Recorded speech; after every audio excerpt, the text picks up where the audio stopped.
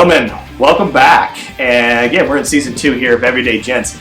And we're here with Jesse Quandt. He's a local musician, he's a philanthropist, and you may have heard his name because one of our other guests, Austin Comery, had also talked about Jesse and the work he's doing and their relationship. Now, today we're going to get to know Jesse a little bit, who he is, what's built him up to be the man he is today, and some of the inspiring work he's been doing here in the Pacific Northwest. So stick around. We'll be right back with Everyday Gents.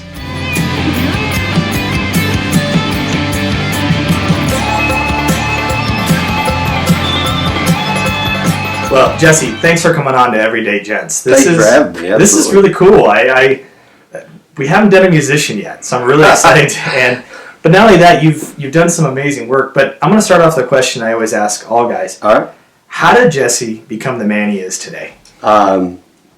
My parents and the Lord, man. I started from day one. I mean, I graduated high school, and I wasn't really a man at that point. I had a choice to go to college, pursue music full time. I just decided not to.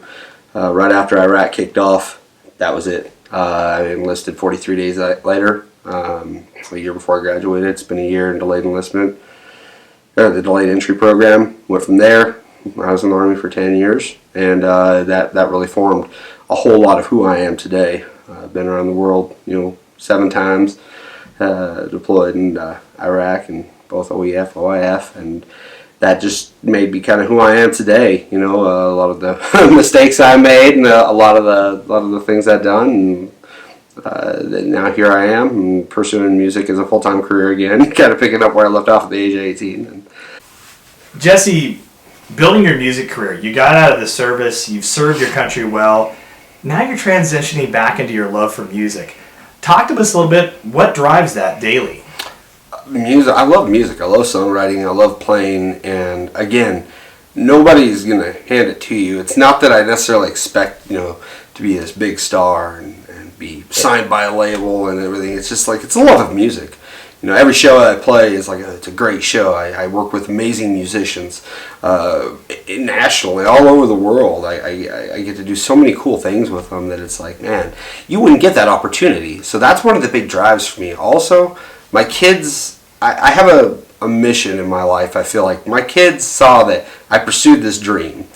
And I want to show them, look, dreams are not easy to attain sometimes. You really have to grind. And no matter where I go with it, I feel like the Lord's got me where He wants me. But you got to work for it, man. And I don't want to think that dreams are easy, because I'm here to tell you, they're not. What's your favorite song you've written so far? Oh, gosh. So far, is a song that I haven't even... I recorded it once. It's called Fake It to Make It. And I think that's one of my favorites. Everything I write is from the heart in one aspect or another. But Fake It to Make It essentially is about real life struggles. It may come off, if you listen just to the top layer of the song, as a relationship country song, maybe gone wrong. But when you kind of dig into it, it's everyday struggles we're going through. Whether you're getting up for work and you don't feel like it, you got to fake it to make it. Whether you come home and you've got a wife and 2 kids and 3 dogs in the house, and everything has gone down the damn drain and it's been a shit day, you got to fake it to make it and still make it happen, because there's 2 little ones counting on you. There's a wife that's counting on the other half of you. You got to get that, You hit the nail on the head. Sometimes you got to fake it till you make it. Sometimes you got to work your butt off to get what you need. But there are days you have challenges. Talk to us about Jesse's challenges and how he mentally overcomes them when he runs up against them. I work 50 plus hours a week. I have a family. I'm 34 years old, not quite mid-30s. I'm behind the curve. If I wanted a career in music to happen, I should have been doing this at 18. I'm in Spokane, Washington. You don't fish for blue marlin in a lake. You got to go to the source. So all those challenges, I can't just pick up a family and move them on down to Nashville. I got to make it happen here. I still got to work a job. I got to be professional at that job, because that job does count on me. I'm not there just for a check. I have to be an asset to them. So that's kind of how I feel. And then with the family, I can't just neglect a family for what you would think is like stars in your eyes. No, they're with me. So those are the challenges. How I overcome them. Well, the family's been on the road with me for 2 years. Every time I have bigger shows, festivals, fairs, rodeos, wherever I'm at, they're with me. So the kids have gotten to see a completely different side of music that they never thought they'd see. Being able to stand backstage or side stage and seeing some really cool stars play. A lot of hours, a lot of sleepless nights. Those are the challenges. I suppose sleep is not necessary in some aspects. You got to pull on your military training and be like, that's not important. But those are the biggest challenges in saying, okay, well, if we can't go to it, then make it come here somehow or another. That's the biggest thing, just to make it happen. You've played with stars all over the place. Tell me about who's been the most impactful, maybe mentorship on your career, or somebody you went, I like what he or she is doing. There's been a few of those. There's really been a few of those actually. So, two to off the top of my head, a couple years ago, I played with Ned Ledoux down in we were in a place called Darby, Montana. It was a big Lager Day festival, and having the ability to hang backstage with him and part of his band, and these road cases all say Chris Ledoux. You're thinking of the man, the myth, the legend. I mean, this is the man who birthed Garth Brooks, and here his son is, and it's a spitting image of his father. The man sounds exactly like his father, but is his own man, and he's a world of advice and just knowledge. And one of the kindest guys I've met in the industry, and so willing to help you in so many ways, not brush you off like some of these bigger acts do, So while he may not be the most A-lister, he was definitely one of the most legitimate, down-to-earth guys. Secondly was Tim Rushlow, former lead singer of Little Texas. I mean, the guy is a living legend from the 90s especially, and he continues his career. And he was the first guy that showed me, compassion and kindness in this business. And he said, ego has no place in this business. And whenever I called or had a question, he gave me his phone number. I picked up, I'd call, and he'd answer. And he'd give me the advice that I needed, whether it was with a little songwriting or whatever. So it was really cool that he did that in the beginning of when I really started to kick this off. How important is a moral compass in life? It's everything, really. You can't, whether you're a man or a woman, it doesn't matter. Your morals and your values is everything that you have to go off of. And that's where people go off track, is they've let their moral compasses go in a complete spin, The hardest thing to do is to stand up for what's right. People state, the song says, you got to stand for something or you'll fall for anything, which is so true. And people are definitely standing for something nowadays. But some things you look at, are you standing for the right things? And by the right things, it's nothing political, it's nothing religious. Are you standing for, kindness and compassion? Are you standing for loyalty for each other? Are we helping each other out? That's the biggest thing. There's people falling all around us, and the moral compass that I have says, pick each other up. Don't knock each other down. You are 100% correct. We need to pick each other up. Yeah. And you're actually modeling that through your work with helping the homeless. Talk to us a little bit about your philanthropy in that. I came back to Spokane in 2015, and I'd been gone for 12 years. A lot of things had changed. A lot of things stayed the same. Thing that changed was the homeless population had just skyrocketed, and I couldn't believe it. And then, furthermore, I think the statistics came out to say over 35 or 40% of those homeless were actually vets, which is hard for me because, and it sounds cliche, but when you're a vet, you're part of a brotherhood.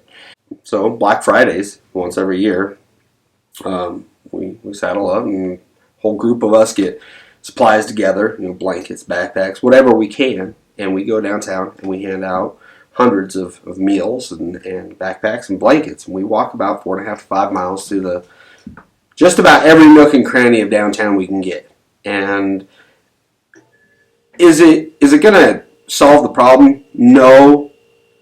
What am I looking to accomplish? Maybe I can help one person. Maybe one person can take that kindness and be able to spread it to somebody else. That's how wildfires start, So that's what I'm trying to accomplish. I have to imagine that as you've walked the downtown corridor, you've talked with folks who are going through a lot in their life. Yeah. Has there been a story that you've heard from somebody in that community that you went, whoa, it just took you way back? God, every year is something new. It's exhausting sometimes. I don't know, maybe it's because I got a heart. I come back home and there's always a time that I'll cry over somebody's story. And I remember one year there was a gal down there. She was my age, and she had no shoes on. It was cold as all get out outside. It was bad, and she had no shoes on, but she had like some normalish clothes that weren't completely tattered, and she was crying. She was digging through a dumpster, and there was about 5 of us walking down one of the alleys, and she looked up and she just started bawling. And we had socks and we had a whole bunch of stuff, and kind of hooked her up with that. And she told me, "I'm so sorry for this," and she started apologizing. And in that, she started telling me how she came to be that way. She had 3 kids and a husband, and she got hooked on heroin. And however it happened, she was just 2 months into being homeless. She tried going to the mission and she tried rehab, and it didn't work for her, and she just couldn't ditch the demon of the addiction. And there she was. And I was like, nobody's impervious to falling into, something or having a demon come and haunt them. No one is. We've all made mistakes. It's just a matter of how big those mistakes are. That some people don't possess the resilience to actually come back and become stronger from that. And that stuck with me as like, that person was on a cusp, man. Like, we were that close to being able to almost turn her around. Maybe she did turn around. I don't know. It's not our job to ask why they're there. I don't care. They're there. They're there. Deal with it. But if they're there, let's figure out something that we can do to try to help them, maybe. Wow, there's been some pretty incredible stuff you've talked about today. You're loving on people. Your music speaks to that. What's next for Jesse Quandt? Wherever the skies take me, I feel young. 34. There was a lot of injuries that I incurred in the Army, but I feel really young. So my wife and I are really kicking around. We got 1 kid going out. We got 1 9-year-old. Well, it'll be 9 next week. And I really want to have a 3rd. So that is like really something that we're pushing for. And I think I have her convinced already. It's her decision ultimately. With music, it's just to keep pushing hard.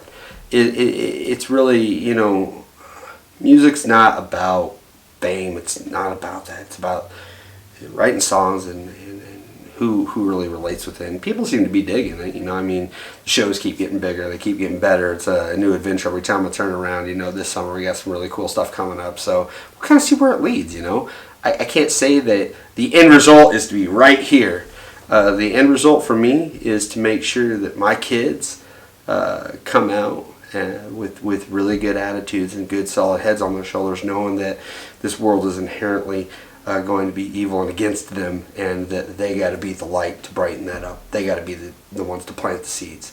The ultimate goal is to make sure that I'm there for the people who aren't, stand up for the innocent and the weak, and to be there for the ones who need it. That's the end goal, whether it's music or life. So I always ask every single guy at the end of these interviews, if you could give advice to any young man today who's watching this and he's saying, wow, if Jesse can do this, I can too. What's your advice to him? Somewhere out there, you impact somebody.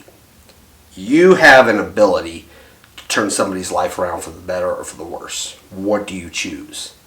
Because every little thing that you do, somebody's going to watch that and they're going to say, he did that, now I'm going to do that. You have the choice. Make it the right one, because so many people are going to look at that. You may never know who, but I promise you, you will. And if you're good, think about how many people you'll impact with that. That's the advice I have for you. And it's hard. Nothing's easy. It's hard. Getting up's hard. Going to work's hard. Being a good person's hard. Better sometimes just to say, the hell with it all. But I promise you, if you choose the high road, you will definitely be in a better position, be a better man, be a better person.